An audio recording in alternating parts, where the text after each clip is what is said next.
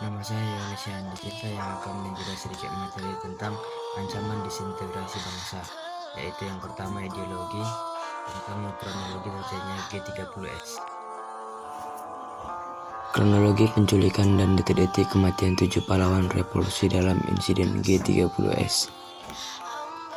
Dalam peristiwa pembantaian oleh Partai Komunis Indonesia atau PKI pada 30 September 1965, sedikitnya 7 pahlawan revolusi diculik dan dibunuh dengan cara yang keji.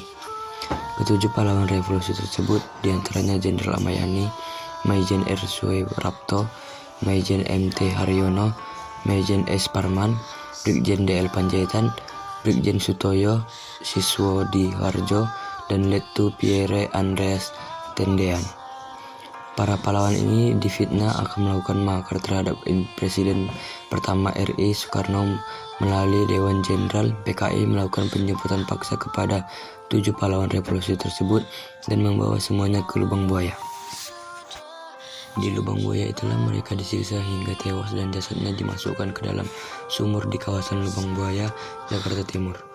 Jenazah baru ditemukan pada 4 Oktober 1965 di sumur tua dengan kedalaman sekitar 12 meter setelah dilakukan pencarian oleh Satuan Resimen Para Anggota Komando Angkatan Darat atau RPKAD di kawasan hutan karet Lubang Buaya.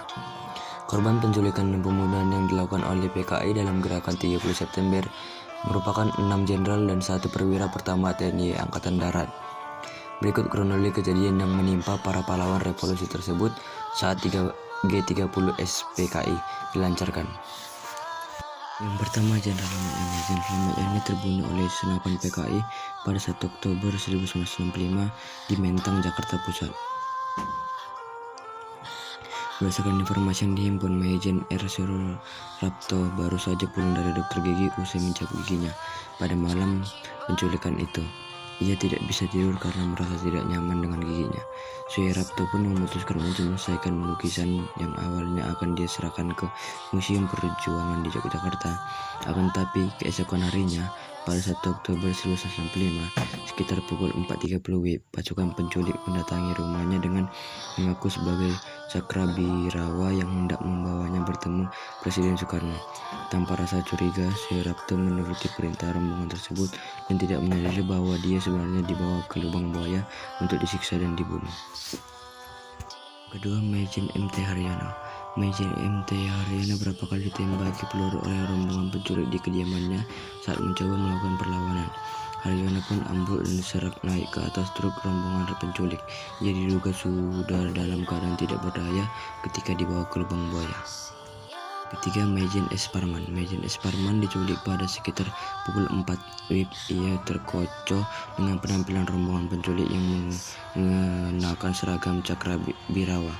Berbeda dengan para jenderal sebelumnya, penculik di rumah Parman berjalan sangat lancar karena tidak ada perlawanan yang dilakukan oleh perwira tersebut. Keempat, Brigjen D.L. Panjaitan. Diculik pada 1 Oktober 1965 waktu subuh, Brigjen D.L. Panjaitan mengira bahwa pasukan yang mengepung rumahnya tersebut ditugaskan untuk menjemput dirinya agar bertemu Soekarno. Panjaitan pun bersiap dengan rapi dan resmi, lengkap dengan topi layaknya akan menghadiri sebuah upacara. Namun tak lama berselang, pasukan tersebut menembaki barang-barang di rumah Panjaitan.